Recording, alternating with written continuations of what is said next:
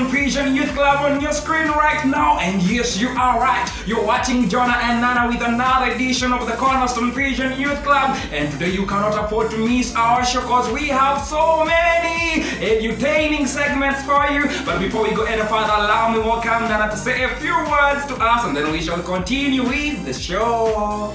That's right, you have not made any mistake. You're most welcome to the Cornerstone Vision Youth Club for today and you won't regret it. Just sit back and relax and we'll take you through. We are so glad to have you.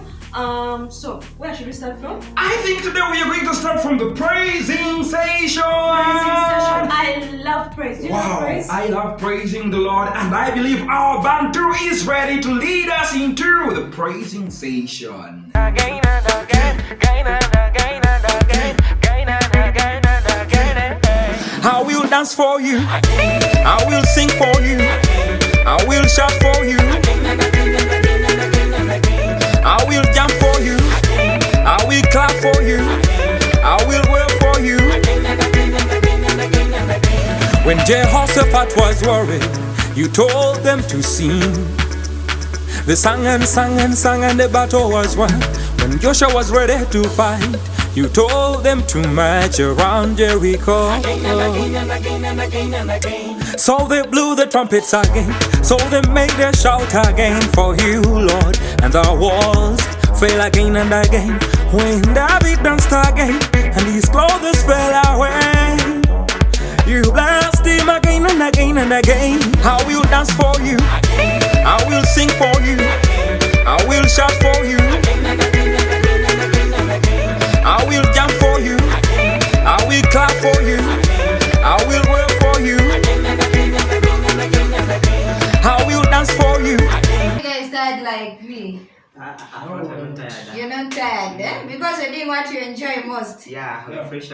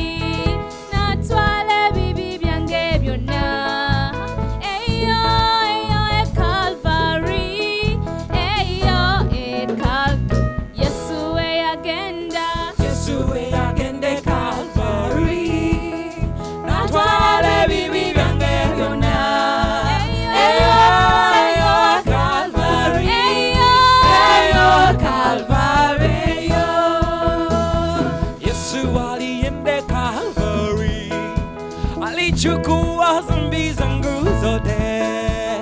Eyo, Calvary. Eyo, Calvary, yo. Yesu alienda Calvary. Alichukua dhambi zangu zote. Eyo, Calvary. Eyo, Calvary, yo. Yesu para chini Calvary. Parazo, kuta I Calvary, kuta I Calvary, iyo Calvary, iyo Calvary, iyo Calvary, iyo Calvary, Jehovah, Jehovah, Jehovah,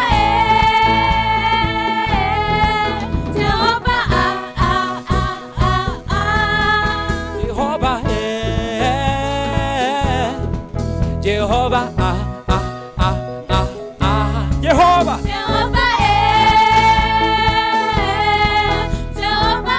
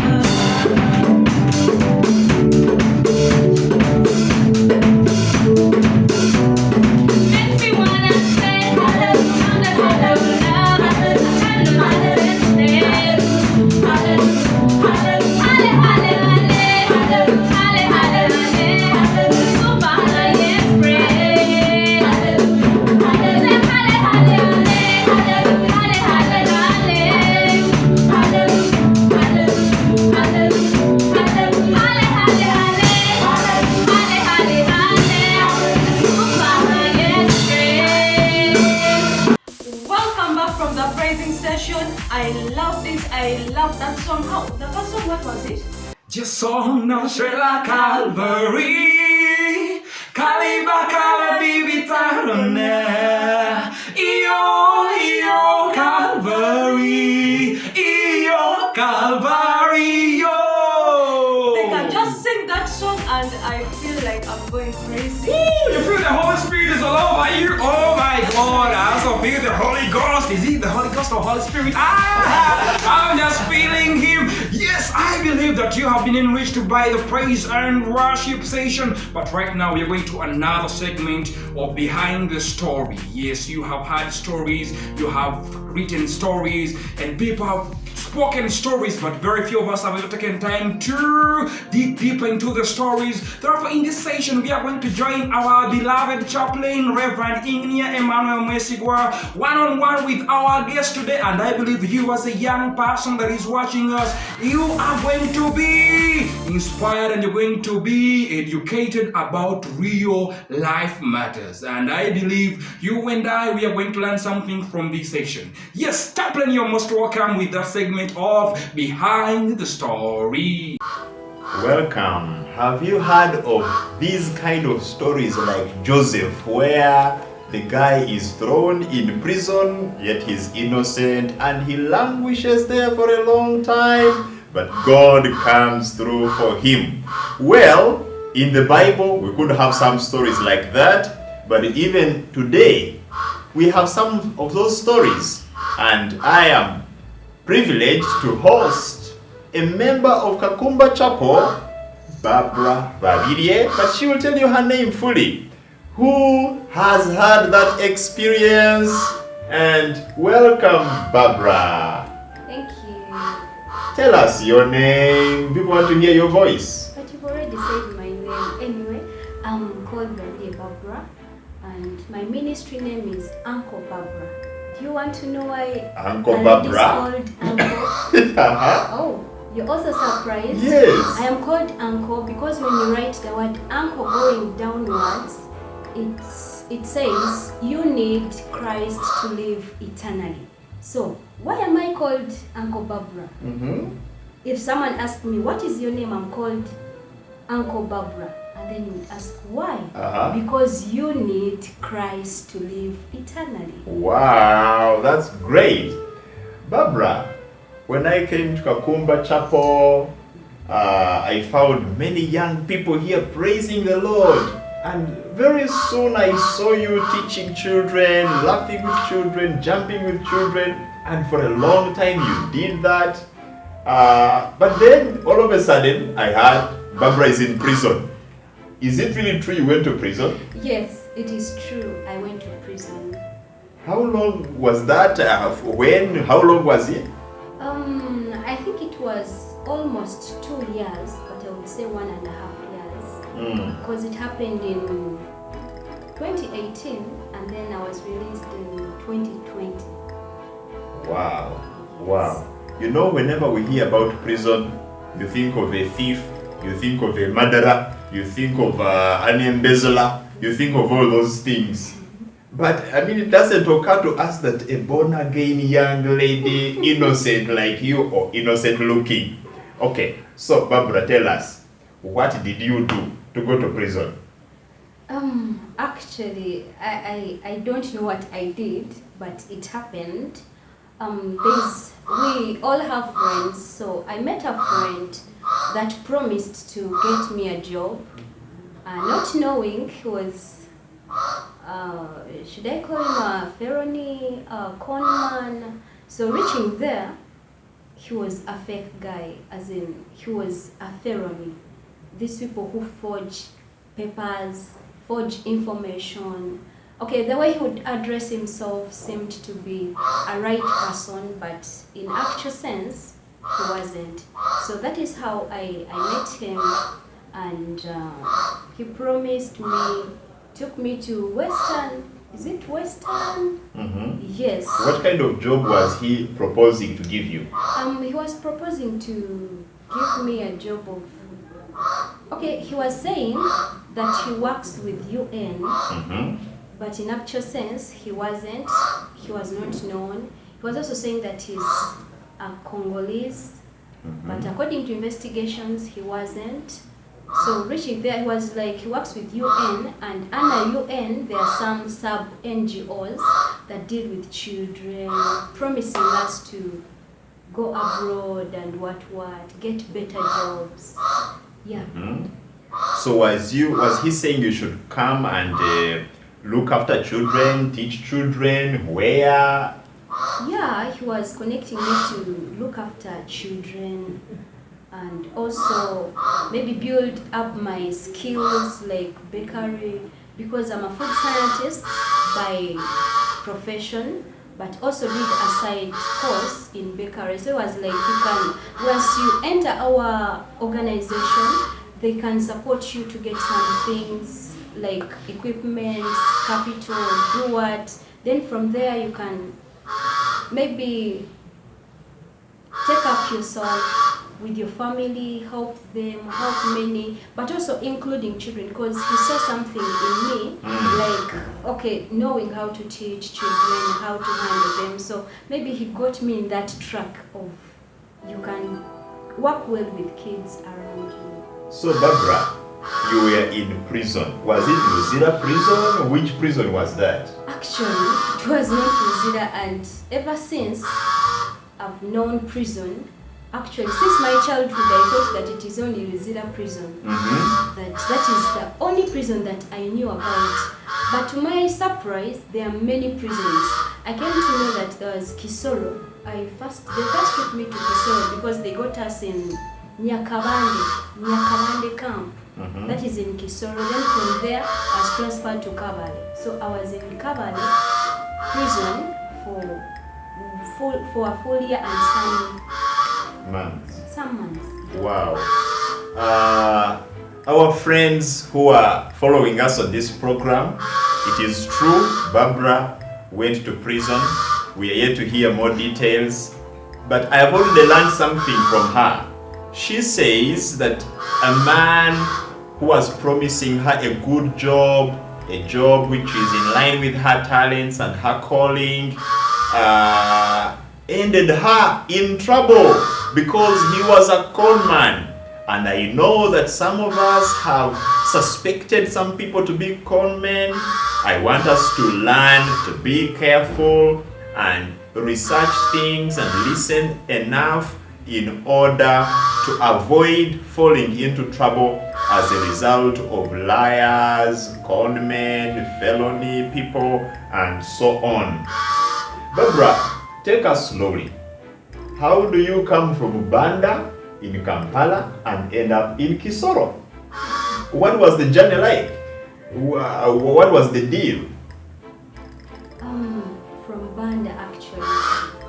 The guy had a car whereby he had those children. He would say that the children are for his deceased brother, the legs, and there were were they six? Yes, 6 kids. And so him coming with those children is like, I'll pick you right from your home and then we go. Actually, I didn't know where we are going, but on the way, because he kept mentioning many places, camps, Ahia Nakivale, Changwali. So I expected one of the two, but to my surprise, I was taken to Nyakavande. And anyway, the journey was interesting because it was a bit adventurous. Since I love adventuring, I enjoyed seeing the hills, the red carpets, those corners in Kisoro. So the journey was nice, though I didn't know what the result would be. Were you alone among those who are going to take care of the children? Were there other people who were being promised jobs like you? Yeah. Apart from the 6 children, who else was with you? I was with my young sister, then the other 2 girls. Some 2 girls, one of them didn't show up, and then one showed up, and some other Congolese. He was a boy called Ogubi. I don't know what if it was his real name, because that guy kept changing names. Even the kids that were with, they changed their names to Congolese. Yes. So finally, you get to Kisoro. And what happened in Kisoro? Did you go to the Nyakavande camp? Did you go where? Yes, we reached Nyakavande, and reaching there, of course, they had to ask us why you're here, which nationality you are, from which country, because that is when I came to understand that in camps, there are asylum seekers, asylum seekers. So reaching there, I didn't know what asylum really meant. Me, I just explained and expressed myself as a Ugandan, and I was really innocent on saying what I was, because I knew what I was, not knowing the guy had other papers or information that he had changed, calling us Congolese. When you applied for the job which he was giving you, did he not ask you for your CV, your ID, and all those things? Not really. He didn't ask for any paper, because he was like, it was like a process saying after this goes through, that's when we'll start asking for documents and what. So what papers did he have? He had papers from OPM, the Office of the Prime Minister, and they were all talking about asylum seekers, and they were asking actually for help, because that guy used to introduce me as the wife, and claiming to take care of those kids of the dead. Of the dead brother? Yes, according to the papers. So are you saying that he had forged some papers with your name, and he was claiming you were his wife, and then you were taking care of these orphans? Yes, exactly. Actually, he had even added on my name his name. Hey, Barbara, how did you know that this guy had added an extra name on your name? According to the papers, when he introduced the papers to me, I saw Barbara Lucky.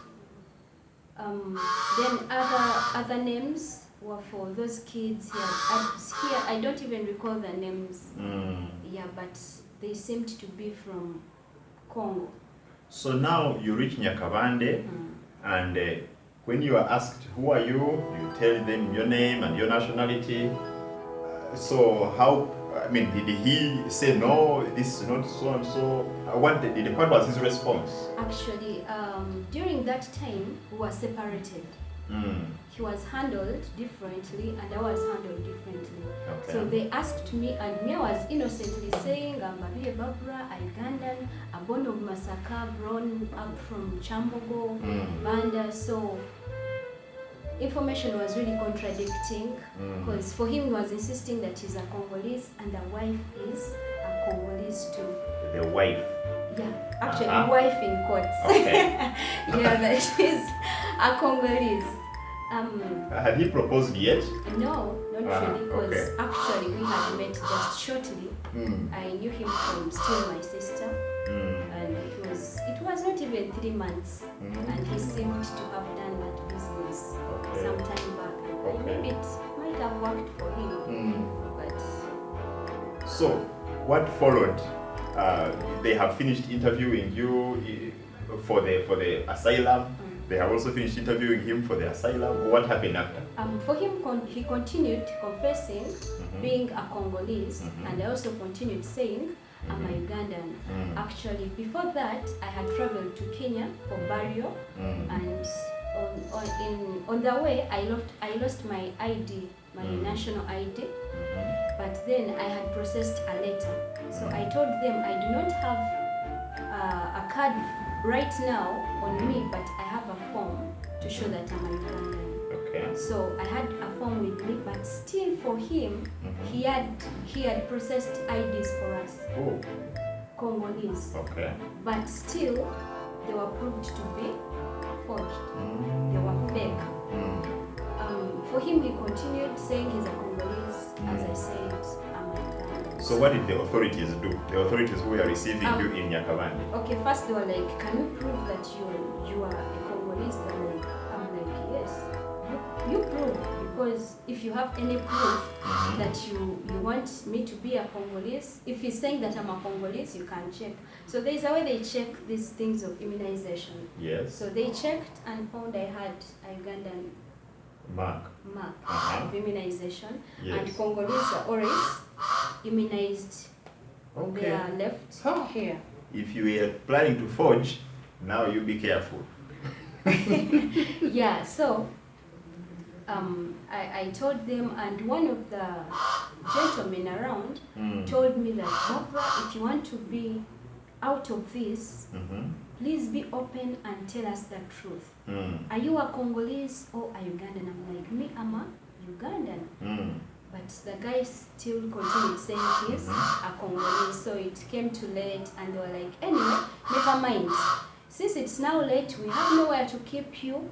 Let's look for a safe place for you to be safe, so that we can see how we take you back tomorrow. Yeah. So they put Take us. you back where? Okay, To me the to me I camp? thought taking us back home. Okay. That's what I thought. Okay. Because the guy had told us, according to this, it is a lot to find out, but let's keep you safe. Me, I thought maybe they're taking us to a lodge or a hotel But or what a did mall. so where did they take They you? took us to police, Uh-huh. Kisoro police. Now, you saw Kisoro police station. You arrived there. Was there a lodge where you could sleep? Or? Actually, I'd never reached police before. I had never even reached. I just read signposts and then pass by, see people gather. I didn't know what was taking place. But when I was taken there, since the other thing of let's keep you safe tonight, I had no negative thoughts about Nothing me. hit you, no shock hit you? No shock, no Okay. what.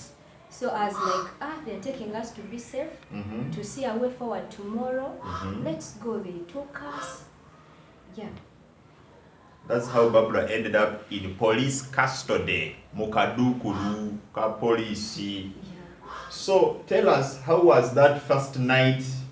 You have been sleeping in the comfortable bed of your home in Champopo, and now you have been taken to be kept safe.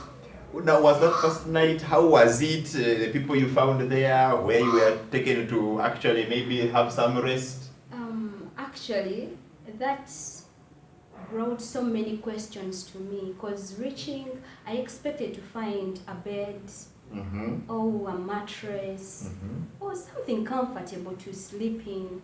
But to my surprise, I entered a room too cold. It was too cold, without any covering, without anything. Just know we just slept. We didn't even sleep. Not even dozing off, not even slumbering, because it seemed so strange. being in a room, it is night, expecting to have a comfortable place to sleep and you find yourself seated on a dirty floor. People have urinated, the toilets are so smelly, stinking actually, and it wasn't that good. I was just praying to God, when are we? When is the night ending? When is morning coming? That we are out and taken to where they had promised us. Okay. So it wasn't really a good experience sleeping. Can you imagine having your first night in police custody, expecting tomorrow to go home? Yeah. And then Barbara tells us for over 1.5 years, he could not get out of the chains of the Ugandan forces that were trying to find out what exactly is happening. Is this really true? Are these Congolese or not? But Barbara, you look like a Congolese. Have you ever been told that? Not really. She was just told it to me. Okay, let me not investigate like those policemen. So, how long did you spend at Kisoro police station? Was it that one night alone? How long did you spend there? Actually, it was a long story. It wasn't just a night. At police station, I spent like 2 weeks and some days, almost 3 weeks. Wow. Yeah. Ah, and what was happening? Actually, that was, I think they were doing the investigations. Yeah, because when it came to morning, everyone came to check on us. They were surprised, someone who knows. Because the guy he said he knew 26 languages. So they wanted to know if I'm part of him, if I really knew such languages, all of them. But I told, to their surprise, I only knew 3 languages: English, Luganda, and Swahili. So they kept asking, do you know, they were talking of many places, many people that I didn't know, but for him he was also saying, maybe when they used to interview him, he would say that I knew, but coming to me, I really didn't know. Oh no. Yeah, oh so no. when that information was contradicting, I think contradiction of information led to that long stay in police. As those people were investigating. Were those children with you? Yes, because reaching there, they were like, we cannot trust the main wing to put these kids. They are young, so we entrust them with you. They gave me the kids, I stayed with them. Looking at them would really make me shed tears because they were young and innocent. So I looked at what to feed them on. Yeah, some people would come in and bring maybe bread, mandazi, water for them. They would provide lunch, but not that lunch that we used to have at home. You know those beans, posho, Real police lunch? Yeah, real police lunch. Okay. Yeah, but people felt for us, so they would really take good care of those kids. At least someone would come in with a bottle of water and like share with your friends. Okay. Yeah. Can you imagine Barbara, a minister at Kakumba Chapel, a children's teacher, a born-again Christian, 2 weeks in police custody? Now this is week number 3. Barbara, were you praying? Were you feeling like you were still born again? Tell us. Oh my goodness. I had a lot of questions. I just kept asking God, why has this happened? Every night I'm like, but God, what is this? Because every night, every morning, I would meet someone who would tell me something different. They would tell me, hey Barbara, we've heard of this, but it might lead you somewhere where I would not like. So I would ask myself, oh God, what is really happening? I've served you, I have done a lot, I have ministered, all in your name. Why is this all happening to me? I really had a lot of questions. Yes, actually there's a time that I said maybe God does not exist. That is when I would pray, Lord, please, may something be done today. And the following day they have taken someone else out of prison. But anyway, most of them were not taken to, they were not released to go home. They were taken to prison. Other But me, I prisons. didn't know. Okay. Yeah. So Barbara would see someone getting out of police custody, then she would think, oh, this guy has survived. Yes. Now, when it came to after 2-3 weeks, you were getting out of police custody. Where were you taken? We were told that from here, your case, you cannot go home. You're supposed to report to court first, and then court will decide whether to release you, go back home, or take you back, or take you to prison. Then I'm like, okay, so since I'm innocent, take me anywhere you want. Yes. Yeah. And then where did he take you? On 19th of September, Uh-huh. 2018 is when I reported to court in Kisoro. Okay. So reaching court, yeah, I was innocent. I'd never entered court. I would just hear court issues, because there's a time my mom was up and down in court because of land issues.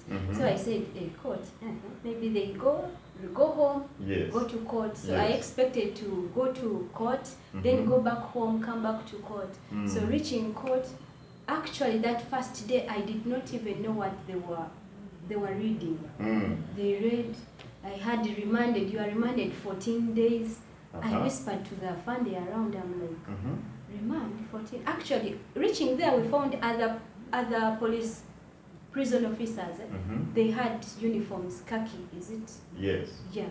So I'm like, hey, they told me to sit, the lady sat near me, I'm like, A lady with uniform. yes. Okay. Now, this time not with police. Police, yes. This time with prison Uniform. officers. Yes. So I'm like, remand? Uh-huh.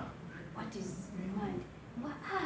They are going to keep you in prison for 14 days. I'm like, okay, for prison? Okay. Yeah, fine. So there was no shock, because I thought I was innocent. Okay. I didn't expect anything to happen. So I'm like, it's okay, take us to prison. prison. They took us to prison. So, but Where exactly? In that Kisoro? was Kisoro. Nana, that story was so touching. It melted my heart for sure. Surely, even mine has not remained the same. But I believe the young people that are watching us there, we are going to learn something from that story, and we're going to now start taking life seriously. You can feel free to comment on our Facebook pages, send us videos, you can call us, or come to St. Kakumba Chapel and drop in your slips in the mailbox. Yes, and we will gladly receive them. Yes, right now we are going into our another segment of the Bible quiz. How much do you know your Bible? We are here to test your knowledge of the Bible. And Nana is going to start off our Bible quiz by firing us the first question. Nana, fire them the question. Remember, our series is all about finding the cornerstone. Yes. So here we go. In Acts chapter 4, verse 8 to 12, who said, "This is the stone which was rejected by builders, which has become a cornerstone." Yes, I can now see people figuring out. Yes, that's the correct answer. Yes, Nana, send me the questions and I can also fire them. The second question is coming, and this is what it says. After his resurrection, where did Jesus walk with his disciples? You have 10 seconds to answer. That's right. You got it right. Don't doubt yourself. You got it just right. And the next, who was David's great-grandmother? Who? I believe, yes, that is the answer. And if you've been doubting and you didn't know, that is the answer. Now we are going in for question number 4, and this is what question number 4 says. Which is in the New Testament?